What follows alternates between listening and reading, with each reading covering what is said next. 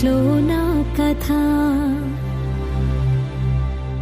అంతేనేమో అంతేనేమో అంతులేని వేదనేమో ఆడపిల్లను కదా